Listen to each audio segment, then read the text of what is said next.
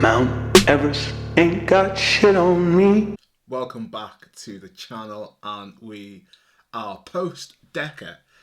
Been there, done that, got the t-shirt and everything. So today I'm just going to recap my lead up to DEKA. As you've been watching DEKA Part 1 and Part 2, the weeks leading up to the event.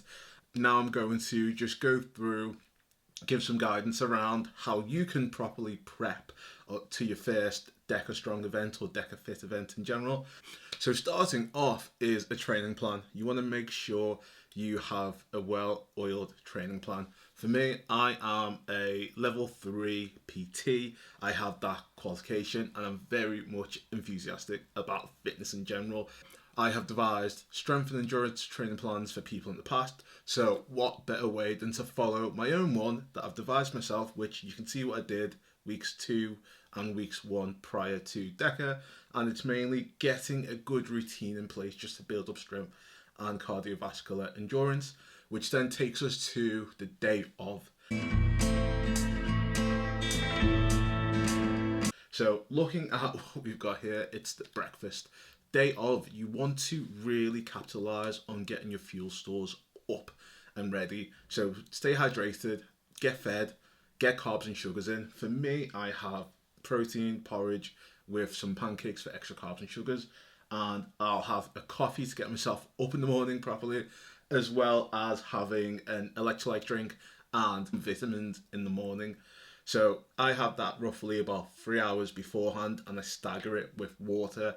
So 3 hours, wake up, 500 mils water, have a decent breakfast, 2 hours, focus on getting another 500 mils of water in, and then an hour beforehand, electrolyte drinks, get some tiny bit, 250 mils of water, and then that takes us up to starting the event. So your stomach's quite settled and there's not that much in there. To DEKA, Clitheroe was quite smooth. Here we are just parking up, walking towards the main entrance and overlooking the mezzanine area, which was amazing. So if you are there, what you don't want to do is overdo it prior to your event. There's a warm-up area, and I see a lot of people going out really hot. They'll go to the warm-up and they will just do 1k skier. They'll get on the bike and go as fast as they can, 50 calories on the bike, and then they will go through the movements as if they're doing the DEKA event.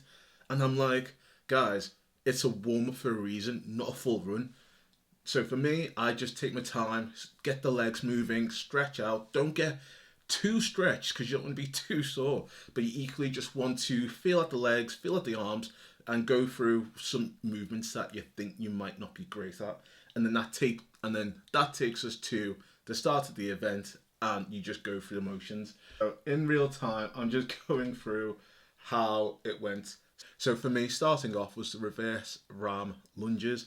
So this wasn't actually too bad. The standards are quite easy to observe. And for me, the main thing was trying to keep low to the ground, making sure you get the full extension with the legs so you don't get a no rep. And it's just the worst thing you can do is go out too fast. You can't do jump like split lunges. So you've got to be very careful when going through the motions. But yeah, people have a tendency when they go, right, I'm going to go speed through the lunges. Don't do that. Take your time. This is why it's beneficial to really do a few demos prior to the event, so you can see how you are going out really hot, going out medium paced, and then going out a steady pace. Moving on was the row. So I remember getting to this point and I was just like, I YouTubed a lot of techniques and how best to manage the row. And like looking at it, my technique was pretty okay. For whatever reason, I was looking up over the dial, and they say to look straight on. And yeah, with my range of motion, I was really trying to get full length pull to the chest and rinse and repeat until I hit 500 meters. Moving on to the box step overs. This was very much the worst one for me, and you can really see that my time is really slow. Looking at the guy in the black who's behind me, he's done about 4 step overs as I've done 2 or 1, and that's a bit of a joke. there's techniques around it which you can improve on, and yeah, I failed in my technique there, but didn't really hinder me. Moving on to the ball sit-ups. So the ball is really light. It was like recovery for me. I'm so used to kind of doing that sit-up motion through my demos of it. It was quite straightforward. The only thing is, do not get caught out with the amount of reps you have to do. With the ball sit-ups, it's 25 reps, and for whatever reason I did 20, even though I was saying to people, yeah, it's 25. I got caught out and I had to come back, and it wasted some time. Then moving on to the ski erg. After I was rested from doing the ball sit-ups, the ski erg actually wasn't too bad. I was just taking my time. We were pretty much nearly halfway through, and I said to myself, right, you've got strong pulls, use that to your advantage. What I really need to do is improve my technique, really bring my heels up and get a full pull into it, full body, and not just utilize my arms and upper body. When I'm bending, I really feel like I'm bending forward, but I'm not. I'm quite rigid. My hips are really tight, so that's not really good. After that, we move on to the dumbbell farmer's carry. So this was really good. I find that my shoulders and my grip just really get used up because I've used a lot of upper body when I'm doing a ski erg. In my demos doing the farmer's carry, I only make it 4 lengths before I have to drop the dumbbells. This time I made it 6 lengths out of the 10, which is perfect. I was happy with that, so made up. And then moving on to the air bike, this was very much, I've practiced compromised training. I've practiced being on the air bike and really gunning it. And I know fresh I can do the 20 cals that you have to hit in about 45 seconds. But this, when you're really fatigued, took me about over 2 minutes. In my demos I've done compromised training where I've hit it really fresh 45 seconds. I've hit it quite fatigued in 1.5 minutes. So 2 minutes just shows I was more fatigued than I thought. After that, we go to the ball over shoulders. So technique on this is really, really important. You'll be really wary by the time you get to this. So you have to make sure that the ball is going over your shoulder. You can really, if you're aiming for speed, you can do it where it literally is on the edge here, but you don't really want to go too low where it's going below the shoulder and it's more ball to arm. So that's what I'm trying to do here. I'm trying to make sure that it's literally on the cusp on my shoulder where it is going over the shoulder. So after that, we have the torque tank push.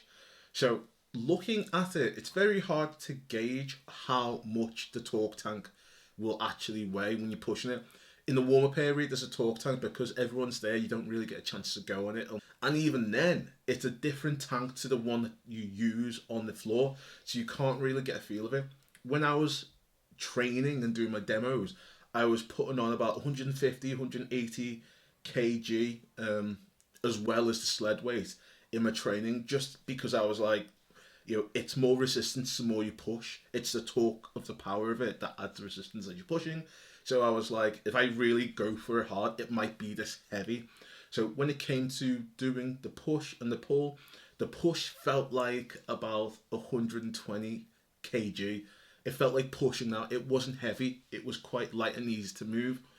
But because of the resistance, and at this point you're worn out, like, you're just going through the motions and it can be really slow. I said to myself, Jesus, this is taking me longer than what I thought it would do. And because the ropes in the pull are really long, it's a mission pulling it back. So you're just seeing it as, I've trained this to be really fast, but I can't go any faster because I'm really fatigued here. So then after that, it gets us to the final bit, which is the burpees to overhead. So I was completely gassed out at this point. I really tried to give my all. I couldn't do the burpee. I couldn't actually do the motion of pushing my legs back. So I had to just do it static, drop it down, get on my knees, go back, stand up, go up. And compared to a lot of people who are quite springy, that was just how I could get through doing them. And I was really close because the person who started behind me was coming up to finishing his torque tank, and we could have overlapped. Luckily, that didn't happen. I just about finished my burpees to allow the guy behind me to just about make it to the burpees.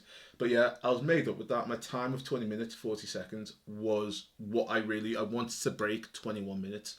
In training, I've been doing it in 23 minutes, 22 minutes.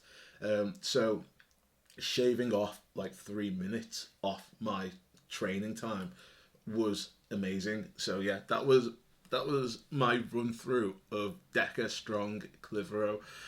In terms of the aftermath, I was just, it's weird for something that's only 20 minutes long, it just destroys you. For me, you saw I had my headband on to stop the sweat getting my eyes. I had my high socks, which are compression long socks, which have grip on the bottom of them to keep my feet secured, sweat proof. And then equally, I had compression arm sleeves. So this was, again, to stop the sweat dripping down, but then also to keep good blood flow in the arm so it wouldn't fatigue as much and it would help with grip, which was important for me. So like, that's to say, you go in as prepared as you can be and you'll have a good result. But yeah, that was my walkthrough of my Deka Strong event. The next one I'm doing is in Spain. It's Malaga. So we're doing a Deka Strong and a Deka Mile. So I need to get my running up. So thank you guys for watching. If you liked the video, give it a like.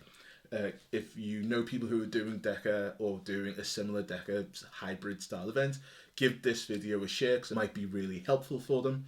But yeah, see you guys in the next one.